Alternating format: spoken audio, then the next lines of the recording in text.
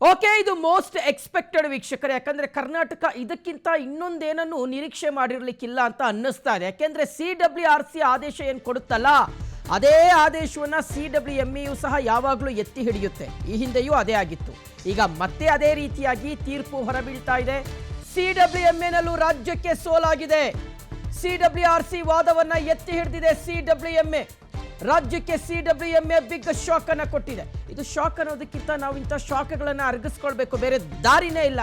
ಕರ್ನಾಟಕದ ಹಿತಾಸಕ್ತಿಯನ್ನ ಮರೆತು ಅಲ್ಲಿ ಕೂತ್ಕೊಂಡಿರ್ತಕ್ಕಂಥವ್ರು ಆದೇಶವನ್ನ ಬರೀತಾ ಇದ್ದಾರೆ ಅಷ್ಟೇ. ಇದಕ್ಕಿಂತ ಇನ್ನೇನು ಹೆಚ್ಚು ಹೇಳಲಿಕ್ಕೆ ಸಾಧ್ಯ ಇಲ್ಲ ವೀಕ್ಷಕರೇ. CWMA ಕರ್ನಾಟಕಕ್ಕೆ ಶಾಕ್ ಕೊಟ್ಟಿದೆ.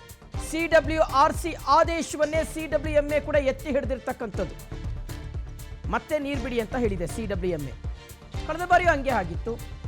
ಕಳೆದ ಬಾರಿ CWRC ಪ್ರತಿನಿತ್ಯ 3,500 ಕ್ಯೂಸೆಕ್ ನೀರಿನಂತೆ 15 ದಿನಗಳ ಕಾಲ 4.5 TMC ನೀರನ್ನು ಹರಿಸಿ ಅಂತ ಹೇಳಿತ್ತು. ಮಳೆ ಬಂದಿರಲಿಲ್ಲ, ಒಂದೇ ಒಂದು ಹನಿ ಮಳೆ ಬಂದಿರಲಿಲ್ಲ ಕಾವೇರಿ ಜಲಾನಯನ ವ್ಯಾಪ್ತಿಯಲ್ಲಿ. ಅದನ್ನೇ ಹೇಳ್ತು CWMA. ಈಗಲೂ ಅದನ್ನೇ ಹೇಳಿದೆ. ಪ್ರತಿನಿತ್ಯ 1.6 TMC ನೀರನ್ನು ಬಿಡೋದಕ್ಕೆ ಸೂಚನೆ.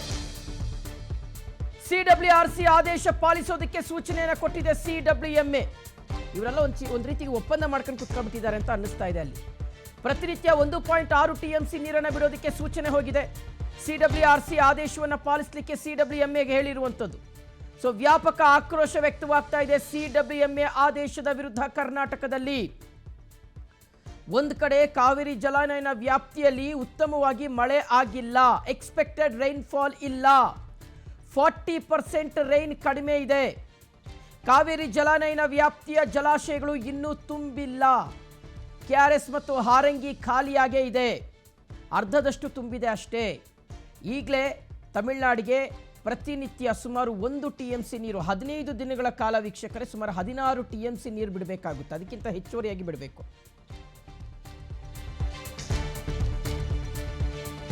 CWMA ಆದೇಶದಿಂದ ರಾಜ್ಯಕ್ಕೆ ಅನ್ಯಾಯ ಆಗಿದೆ.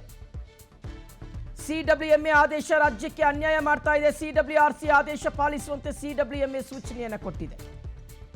ದಿನಕ್ಕೆ 12,000 ಕ್ಯೂಸೆಕ್ನಂತೆ 15 ದಿನಗಳ ಕಾಲ 16 TMC ನೀರನ್ನು ಕೊಡಬೇಕು. ದೆಹಲಿಯಲ್ಲಿ ACS ಗೌರವ್ ಗುಪ್ತಾ ಅವರು ಹೇಳಿಕೆಯನ್ನು ಕೊಟ್ಟಿದ್ದಾರೆ. CWMA ಆದೇಶದಿಂದ ರಾಜ್ಯಕ್ಕೆ ಅನ್ಯಾಯವಾಗಿದೆ ಅಂತ ಹೇಳಿದ್ದಾರೆ.